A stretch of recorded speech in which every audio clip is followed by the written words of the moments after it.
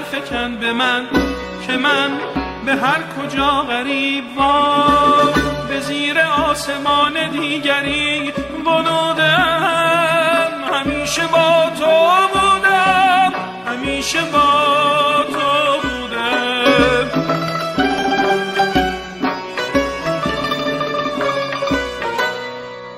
چه غمگنان سالها که بالها زدم به سوی بحر بیکرانت.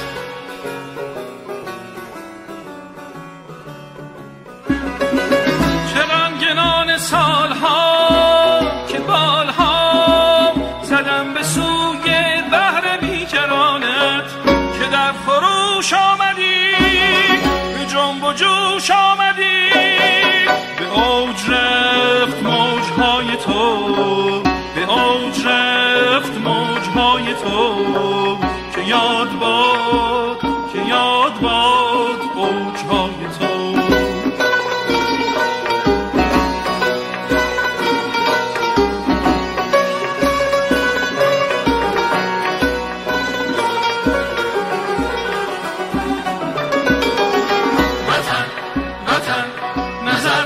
به من که من به هر کجا غریب وار به زیر آسمان دیگری بنودم. همیشه با تو بودم، همیشه با تو بودم.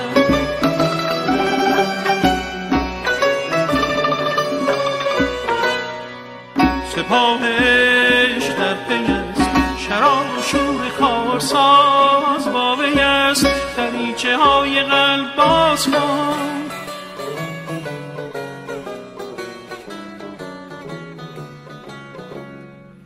سپاه عشق در پی است، شراب و شور کارساز با وی است. دریچه های قلب باز کن. وطن وطن تو سبز جاودان بمان که من پرنده ای مهاجرم که از فراز باغ با صفای تو به دور دست مه گرفته. پر گشودم، پر گشودم، پر گشودم. وطن وطن نظر فکن به من که من به هر کجا غریب وار به زیر آسمان دیگری بنودم.